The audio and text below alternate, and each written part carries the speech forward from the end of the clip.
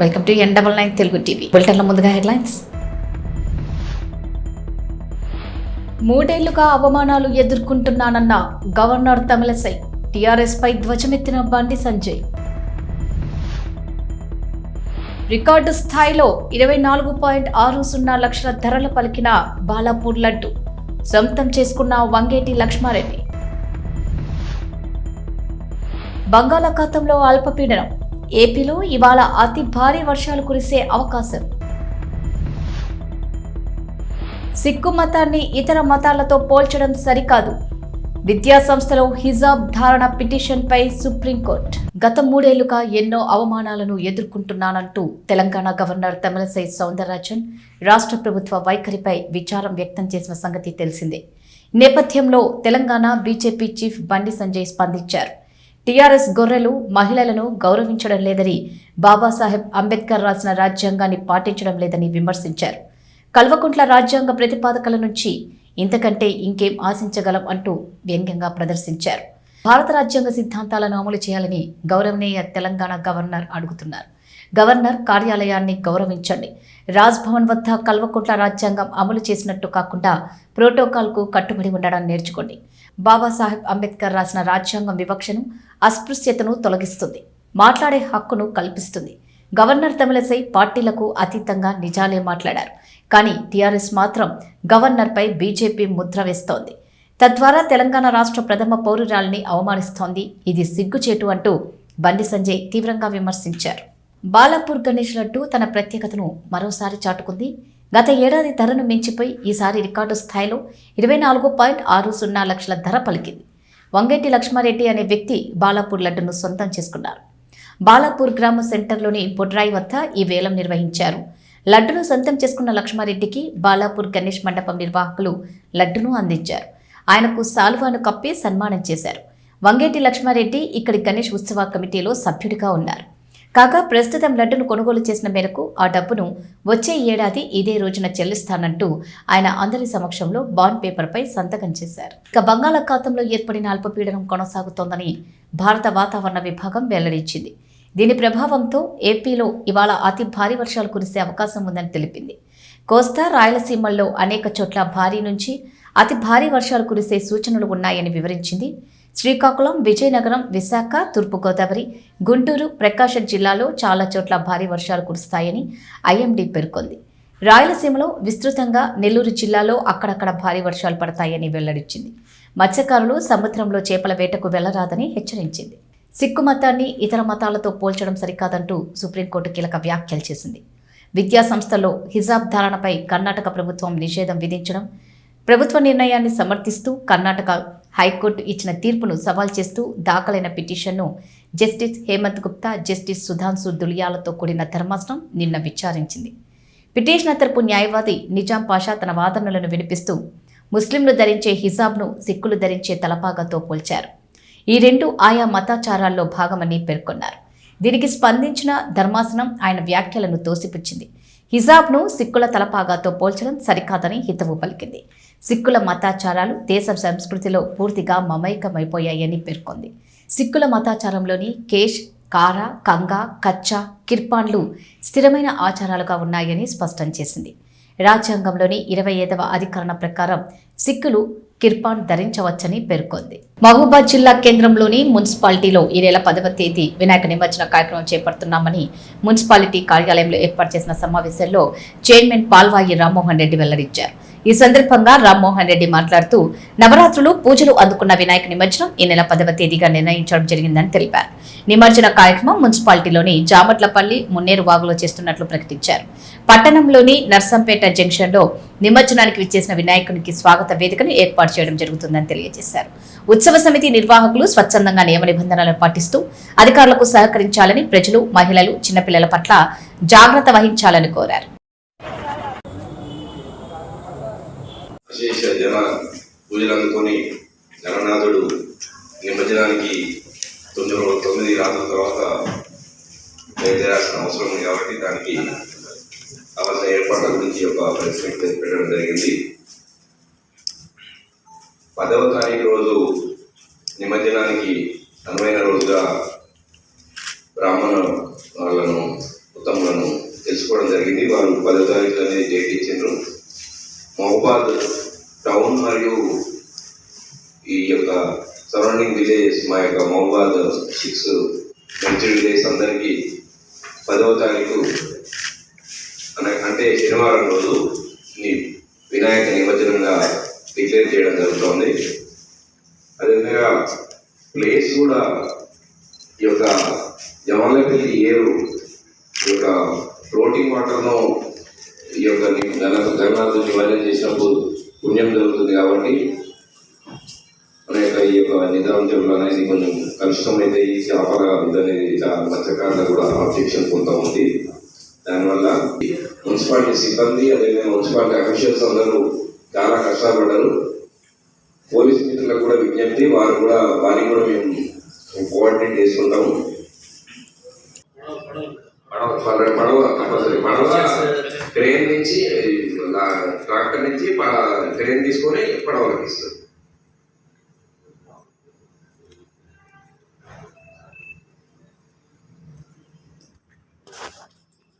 ఉదయం ఏ టైం నుంచి అయినా రెడీ ఉంటాం. కాకపోతే అందరూ పూజలు చేసినాక 11 స్టార్ట్ అవుతారు. అందరూ 11 మధ్యనే స్టార్ట్. కొంచెం యాంటీ సోషల్ ఎలిమెంట్స్ ఎంటర్ కాకుండా అందరికీ సహకరించారు. ఎందుకంటే అలజడి సృష్టించకుండా చూసుకోవాల్సిందిగా విగ్రహ కమిటీ ప్రతి ఒక్క కాలనీకి ఒక కమిటీలు ఉంటాయి కాబట్టి వాళ్ళకి విజ్ఞప్తి చేస్తాము. వైఎస్ఆర్ జిల్లా ప్రొద్దుటూరులో ప్రేరణా నది ఉధృతంగా ప్రవహిస్తుంది. రామేశ్వరం థర్మల్ రోడ్డు మార్గంలో రాకపోకలు నిలిపివేశారు. మట్టి రోడ్డు కోతకు గురయ్యే అవకాశం ఉండటంతో రాకపోకలు నిలిపివేసినట్లు అధికారులు తెలిపారు.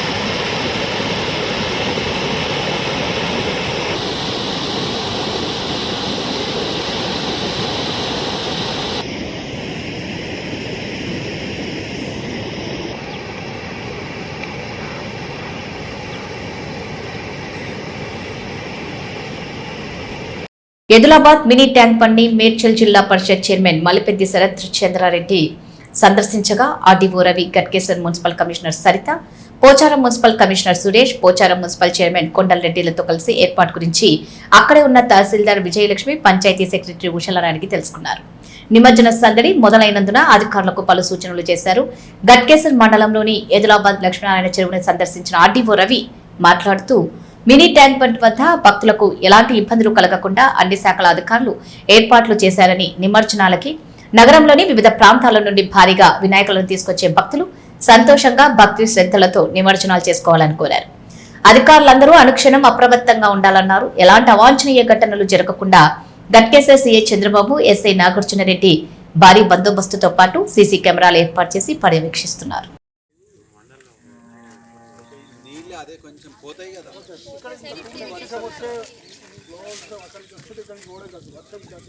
ఇప్పుడు టూమ్ తీసిందా అదే వర్షం రావడం వరకు అక్కడ నీళ్ళు వెళ్ళిపోతాం. రేపు మార్నింగ్ వరకు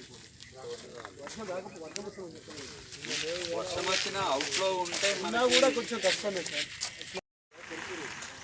చెత్త కలెక్షన్ ఎప్పటికప్పుడు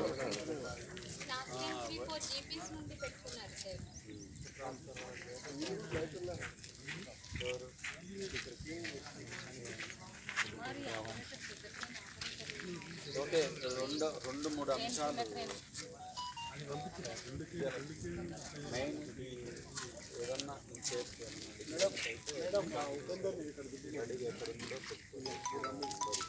హైదరాబాద్ షాద్ నగర్ కి చెందిన LIMS hospitals life care institute ఆధ్వర్యంలో ఉచిత వైద్య శిబిరం నిర్వహించారు.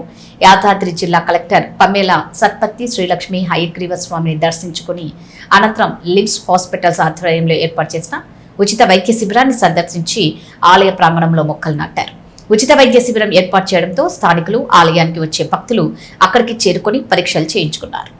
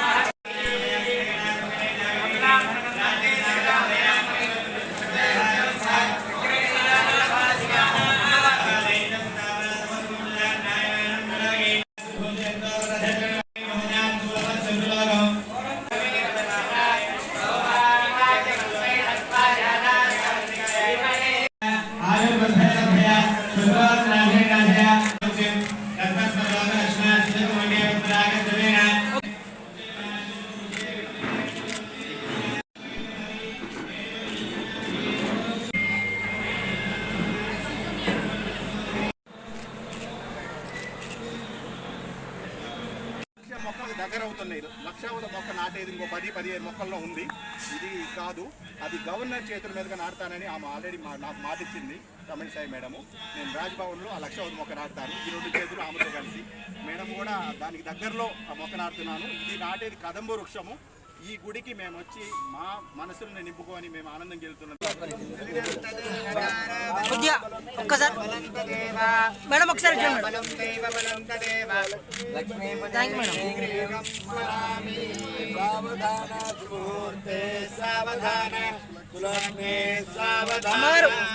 యాదాద్రి లక్ష్మీ నృసింహ లక్ష్మీ ఆ ఓషధి ద్వారా ఆయన మూర్ఛని తీరుకున్నాడు. వృక్షాన్ని కాపాడితే మనం రక్షింపబడతామని చెప్పి మేము అందరికీ తెలియజేస్తున్నాం. శ్రీ గాయత్రి వేద పరిషత్ ఆధ్వర్యంలో LIMS hospital Shamshabad and Ibrahimpatnam branch తరఫున మెగా హెల్త్ క్యాంప్ అనేది కండక్ట్ చేయడం జరిగింది. ఈ క్యాంప్ ఇక్కడ కండక్ట్ చేయడం మాకు ఎంతో సంతోషం అనిపిస్తుంది. ఎందుకంటే ఒక యాదాద్రిలో స్పెషల్గా మేము హైదరాబాద్ నుంచి రావడం జరిగింది. యాదాద్రిలో ఇంత మంచి ఈ వాతావరణంలో ఈ భక్తులందరికీ సేవ చేసుకోవడం మాకు ఒక అదృష్టంగా భావిస్తున్నాము. ముఖ్యంగా ఈరోజు మా లిమ్స్ హాస్పిటల్ స్టాఫ్ అందరూ డాక్టర్స్, కార్డియాలజీ, ఆర్థోపెడిక్స్, తర్వాత పీడియాట్రిక్స్, గైనకాలజీ, జనరల్ సర్జరీ, తర్వాత పారామెడికల్ స్టాఫ్స్ అందరూ ఇక్కడ రావడం, వాళ్ళందరూ పార్టిసిపేట్ చేయడము మాకందరికీ ఒక మంచి అనుభూతిని అనిపించింది.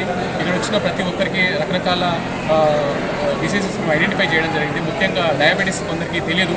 ఆ డయాబెటీస్ అనేది మేము ఐడెంటిఫై చేయడం జరిగింది. అది కాకుండా బీపీలు కూడా వాళ్ళకి హైపర్టెన్షన్ కూడా కొందరికి ఉంది. ఈ హైపర్టెన్షన్ అనేది రెగ్యులర్గా మనం ఈ మధ్య చూస్తున్నాం. కోవిడ్ వల్ల రీసెంట్గా 30 to 35 years వాళ్ళు కూడా కార్డియాక్ అరెస్ట్ అవ్వడం జరుగుతుంది. సో వాళ్ళందరికీ కొంచెం అవేర్నెస్ ప్రోగ్రామ్స్ కూడా మేము చేయడం జరుగుతుంది. ఈ క్యాంప్లో వాళ్ళకి హెల్త్ పరంగా వాళ్ళకి ఒక టిప్స్ ఇవ్వడము, అది కాకుండా వాళ్ళకి అవేర్నెస్ అండ్ హెల్త్ సంబంధించి మనం ఏ విధమైన జాగ్రత్తలు తీసుకోవాలి, ముందు మనకు ఆరోగ్యపరంగా ఏ విధంగా ఉంది, ఆరోగ్యమే మహాభాగ్యం కాబట్టి ఆరోగ్యంగా మనం ఏ విధంగా ఉండాలి అనేది వాళ్ళకి ముఖ్యంగా చెప్పడం జరుగుతుంది. ఈ క్యాంప్లో మేము పార్టిసిపేట్ చేస్తున్న మా డాక్టర్స్కి, తర్వాత శ్రీ గాయత్రి వేద పరిషత్ వారికి, ప్రత్యేకంగా అయ్యవారికి మేము కృతజ్ఞతలు తెలియజేసుకుంటాం. ఇది ఇంత మంచి అవకాశం ఇచ్చినందుకు మాకు చాలా సంతోషంగా ఉంది. అదరిగుట్టలో వెలకలి ఉన్న శ్రీ లక్ష్మీ హయగ్రీవ స్వామి సన్నిధిలో లిమ్స్ హాస్పిటల్ వారిచే ఉచిత వైద్య శిబిరం అనేది చేపించుకోవడం జరిగింది. ఈరోజు శ్రవణ నక్షత్రం అవ్వడంతో అశేష భక్తజనులందరూ స్వామివారిని దర్శించుకోవడం జరిగింది. అదే సమయంలో ఈ ఉచిత వైద్య శిబిరంలో పాల్గొని వాళ్ళ సమస్యలను డాక్టర్ గారికి ఎక్స్ప్లెయిన్ చేసి వాళ్ళ నుంచి సూచనలు సలహాలు తీసుకొని వాళ్ళు గొప్పగా అవ్వడానికి డాక్టర్ గారు సూచించిన విధంగా ట్యాబ్లెట్లతో పాటుగా వాళ్ళు తీసుకోవడం జరిగింది. లిమ్స్ హాస్పిటల్ వారికి ధన్యవాదాలు తెలియజేస్తున్నాను. లక్ష్మీ హయగ్రీవ స్వామి ట్రస్ట్ తరఫు నుంచి థ్యాంక్ యూ. ఇక్కడ విశేషణ భక్తులందరికీ నా అభినందనలు. ఈరోజు గాయత్రి వేద విద్యా పరిషత్తులో మేము డాక్టర్స్ ఒక 10 మంది స్పెషలిస్టులమి ఇక్కడ మెడికల్ క్యాంప్ అనేది అరేంజ్ చేయడం జరిగింది. నేను ప్రొఫెసర్ మార్కండేయులు. లిమ్స్ హాస్పిటల్ అని హైదరాబాద్లో మన శంషాబాదు అట్లాగే ఇబ్రహీంపట్నంలో కూడా బ్రాంచెస్తో మేము మెడికల్ సర్వీస్ సమాజానికి అందించడం జరుగుతుంది. ఆ హాస్పిటల్ టీమ్గా మేము ఇక్కడికి ఐవార్ల రిక్వెస్ట్తో మేము ఫస్ట్ టైం ఇక్కడికి రావడము, ఇక్కడ ఆహ్లాదకరమైన వాతావరణం చూసి మేము ఎంతో పులకించాము. ఇక్కడ భక్తులు కూడా పెద్ద సంఖ్యలో హాజరవటము, వాళ్ళు ఈ మెడికల్ సర్వీస్ని ఉపయోగించుకోవడము, వాళ్ళకున్న చిన్న సమస్యల్ని వాటిని ఐడెంటిఫై చేసి ఆరోగ్య సమస్యలపై అవగాహన కల్పించడం అనేది మాకు ఎంతో సంతోషంగా ఉంది. ఈ క్యాంపు 2:30-3 గంటల దాకా కంటిన్యూ అవుతూ ఉంటుంది. ఈరోజు స్పెషల్ డేగా ఇక్కడ మన లక్ష్మీ హయగ్రీవ స్వామి వారి టెంపుల్లో ఇలాంటి మంచి కార్యక్రమం చేపట్టడం అనేది, ఈ కార్యక్రమానికి మాకు పూర్వజన్మ సుకృతంలాగా ఈ ఆహ్వానం మాకు అందడం అనేది, మేము ఒక సర్వీస్ మోటోలో ఉన్న 10 మంది సూపర్ స్పెషలైజేషన్ డాక్టర్స్ని ఇక్కడ ఈ ప్రజలకి వాళ్ళకున్న సమస్యలు అడ్రస్ చేయడానికి మేము ఈరోజు టైం తీసుకొని మా రొటీన్ షెడ్యూల్ నుంచి రావడం అనేది చాలా సంతోషకరంగా ఉంది. అదే కార్యక్రమానికి మన యాదాద్రి కలెక్టర్ గారు పమిళ శ్రీపతి మేడం గారు రావడం అనేది ఇంకా మాకు ఇన్స్పిరేషన్గా ఈ కార్యక్రమానికి జరిగింది. ఈ కార్యక్రమంలోనే మెడికల్ సర్వీసెస్, ఉచిత మందులు పంపిణీ, అలాగే బ్లడ్ టెస్టులు చేయడంతో పాటు నేను ఎక్కడికి వెళ్ళినా కానీ ఒక డాక్టర్గా నా ప్రవృత్తిగా మొక్కలు నాటే కార్యక్రమాన్ని కూడా కంటిన్యూ చేస్తూ గ్రీన్ ఇండియా ఛాలెంజ్లో మన ఎంపీ జోగిని కూడా చేర్చి ఈరోజు ఇక్కడ కదంబ వృక్షం అనేది సెంటిమెంట్గా గుడి ప్రాంగణంలో ఉండాలి కాబట్టి అది ఒక ధ్వజస్తంభం కాబట్టి ఇక్కడ కలెక్టర్ గారి చేతుల మీదుగా మా డాక్టర్స్ టీంతో నాటడం జరిగింది. ఇలాగే మేము రెగ్యులర్గా ఇలాంటి దేవాలయంలో ఇక్కడ అలాగే మంచి దేవాలయాల్లో కూడా ఇలా క్యాంపులు భక్తుల కోసమని చేస్తామని మీకు అందరికీ మాటిస్తూ మాకు ఈ అవకాశం ఇచ్చినందుకు ధన్యవాదాలు తెలియజేసుకుంటున్నాను. Thank you sir. అవనికట్ట మండలంలో కృష్ణానది గర్భంలోని పాత ఎడ్లక్క గ్రామానికి వెళ్లే కాజ్వే 3 ఏళ్ల క్రితం వచ్చిన వరదలకు కొట్టుకపోవడంతో అక్కడికి చిన్నారులు బడికి వెళ్లాలంటే నడుంలోతు వరద నీటిలో ప్రాణాలకు తెగించి నది దాటాల్సి వస్తోంది. వరద ఎక్కువగా ఉన్న సమయంలో ప్రభుత్వం పడవ ఏర్పాటు చేసి ప్రయాణికులను, విద్యార్థులను అటు ఇటు చేరవేసి కొద్దిగా వరద ఉధృతి తగ్గగానే ఆ విషయాన్ని పట్టించుకోదని, దీంతో ఒకరోజు పడవ ఉంటే మరో రోజు పడవ ఉండదని, పడవ లేని రోజు తమ పిల్లలు వరద నీటి ప్రవాహంలోనే నది దాటాల్సి వస్తుందని ఆ గ్రామానికి చెందిన మాల మహానాడు కృష్ణా జిల్లా అధ్యక్షులు దోవా గోవర్ధన్ వాపోయారు. పిల్లలు నది దాటే సమయంలో కొద్దిగా కాలు పక్కకు పెడితే ఇసుక అక్రమాలు తవ్విన గుంటల్లో పడి పిల్లలకు ఏమైనా జరిగితే ప్రభుత్వం బాధ్యత వహిస్తుందా అని ప్రశ్నించారు. వెంటనే ప్రభుత్వం వారధి నిర్మించి తాము పడుతున్న ఇబ్బందులకు మోక్షం కలిగించాలని పాత ఎడ్లంక వాసులు కోరుతున్నారు.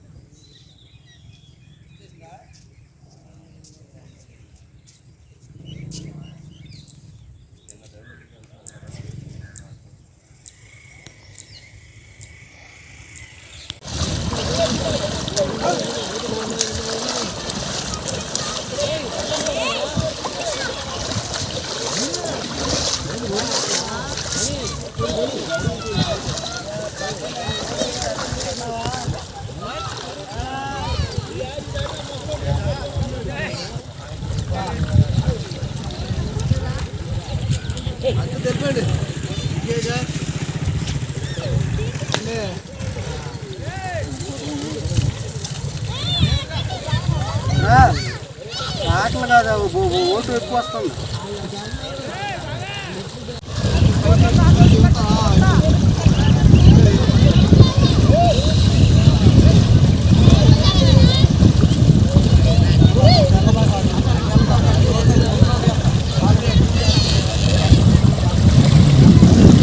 ఎంపీయూపీ స్కూల్ పాతెడ్లంక ప్రధాన ఉపాధ్యాయులండి.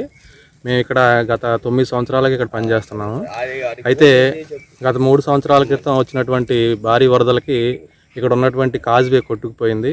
అప్పటి నుంచి కూడా గ్రామస్తులు కానీ, మేము కానీ, విద్యార్థులు కానీ, వృద్ధులు కానీ చాలా ఇబ్బందులు పడుతున్నాం. ఇక్కడ రావడానికి ప్రధానంగా ఇక్కడ ఈ రేవు దాటవలసి ఉంటుంది. మరి వరదలు వచ్చిన టైంలో మాత్రమే పడవని ఏర్పాటు చేస్తున్నారు. వరద తగ్గగానే పడవ తీసేస్తున్నారు. అలాంటి సందర్భంలో మాకు చాలా ఇబ్బందికరంగా మారుతుంది. ముఖ్యంగా మహిళా ఉపాధ్యాయులు ఉన్నారు మా స్కూల్లో. వాళ్ళు నడిచి రావడం అనేది చాలా ఇబ్బందికరం. ఇవన్నీ కూడా నడుములోతు నీళ్ళు వస్తూ ఉంటాయి. మరి అటువంటి పరిస్థితుల్లో పడవ కూడా లేకుండా చాలా ఇబ్బంది పడుతున్నామండి. మరి అధికారులు ఈ విషయం మీద స్పందించి సరైనటువంటి ప్రత్యామ్నాయం ఏర్పాటు చేయవలసిందిగా కోరుతున్నాం. ఘంటసాల మండల పరిధిలోని చిట్పూర్ గ్రామంలో గడప గడపకు మన ప్రభుత్వం కార్యక్రమం నిర్వహించారు.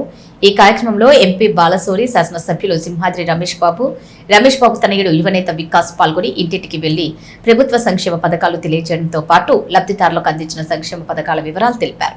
ఈ సందర్భంగా ఎంపీ, ఎమ్మెల్యేకు స్థానికులు ఘన స్వాగతం పలకటంతో పాటు స్థానికంగా ఉన్న సమస్యలను ప్రజాప్రతినిధుల దృష్టికి తీసుకొచ్చారు. ఈ సందర్భంగా నాయకులు మాట్లాడుతూ ప్రతి గ్రామంలోనూ గడప గడపకు మన ప్రభుత్వ కార్యక్రమానికి ప్రజల నుండి విశేష స్పందన లభిస్తుందని తెలిపారు. ప్రజలు తమ పిల్లల బంగారు భవిష్యత్ కోసం మరలా ముఖ్యమంత్రిగా జగన్మోహన్ రెడ్డిని కావాలని కోరుకుంటున్నారని అన్నారు. అనంతరం గ్రామంలో వీఆర్ఓ కార్యాలయాన్ని ఎంపీ బాలశౌరి ప్రారంభించారు.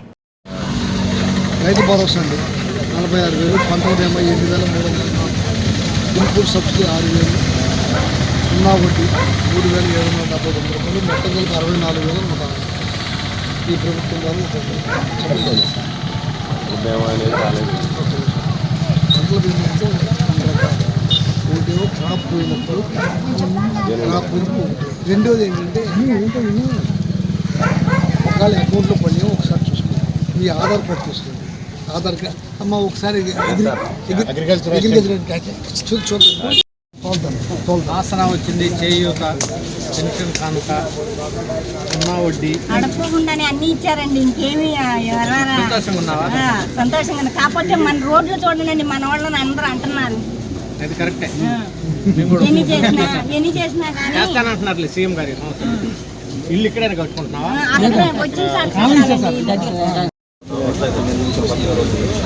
రైతు భరోసా వస్తుంది.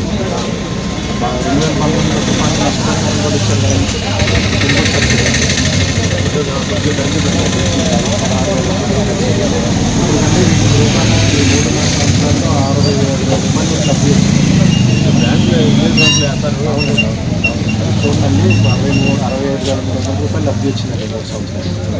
కొన్ని ఇట్లా పనిచేసే రైతు భరోసా. పిల్లలు చదువుకుంటున్నారా? ఏం చదువుతున్నారు? ఎక్కడ డబ్బులు వస్తున్నాయి మరి ఫీజు అంటే కాలేజీ వాడుకోవాలి. అది కాకుండా ఇంకొకళ్ళు ఎట్లా జగన్ గారి పాలన సంతోషంగా. 1,04,000 ఈ 3 ఏళ్లలో మీకు 1,04,000 రూపాయలు వచ్చింది.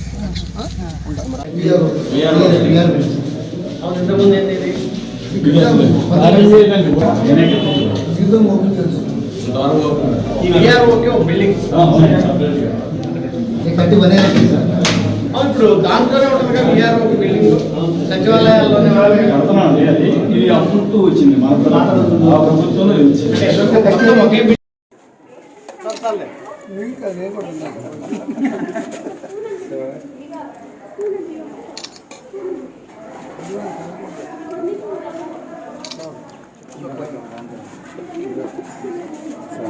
బాగుందమ్మా. ఎవరు వండింది? ఎవరు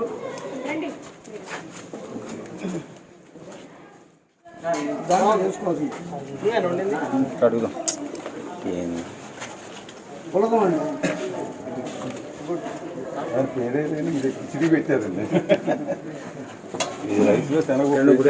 ఆయన మేనిఫెస్టోని నవరత్నాల్లో భాగంగా ముందే జనం ముందుకు తీసుకొచ్చి చాలా బలంగా ధీటుగా జనంలో ఉండి వ్యతిరేకతని బయటపెట్టారు. కానీ ఈరోజు ప్రతిపక్షం ఎలా ఉందంటే మాధవరెడ్డి గారి దగ్గర లేకపోతే ఆల్రెడీ ఒక సమస్య పరిష్కారం దాకా వచ్చేసిన తర్వాత ఆ సమస్యని బయటికి తీసుకొచ్చి దాన్ని భూతద్దంలో చూపించే ప్రయత్నాలు చేయటం, ఒక దిగజారుడు రాతలు రాయటం లాంటి కొన్ని పత్రికలు చేస్తూ ఉన్నాయి. కాబట్టి ఇప్పటికైనా ఒకసారి జగన్ గారు ప్రతిపక్షంలో ఎలా ఉన్నారో, కనీసం ప్రభుత్వంలో ఉండగా మీరు అట్లా సంక్షేమాలు అందించలేకపోతున్నారు కాబట్టి, ఆయనలాగా మంచి పరిపాలన అందించలేరు కాబట్టి ప్రతిపక్ష పాత్ర అయిన ఆయనకిలాగా హుందాగా ధైర్యంగా పోషిస్తారని చెప్పి, ఆయనలాగా హుందాగా వ్యవహరిస్తారని చెప్పి కోరుకుంటూ ఈరోజు ఈ కార్యక్రమంలో ఏ గడపకు వెళ్ళినా సరే పూర్తిగా సంక్షేమాలు అంది సంతోషంతో ఆనందంతో మమ్మల్ని స్వాగతిస్తున్నారు. అట్లాగే గడప గడపకి మనకు ప్రభుత్వ కార్యక్రమంలో పాల్గొన్న నాయకులకి, వాలంటీర్ సిబ్బందికి, సచివాలయం సిబ్బందికి, అట్లాగే మా పార్టీ నాయకులందరికీ మరొకసారి పేరు పేరున ప్రతి ఒక్కరికి, మీడియా మిత్రులకి ధన్యవాదాలు. ఇవి బులెటిన్ అప్డేట్స్. మన బులెటిన్ మళ్ళీ కలుద్దాం. అంతకు సెలవు. నమస్కారం.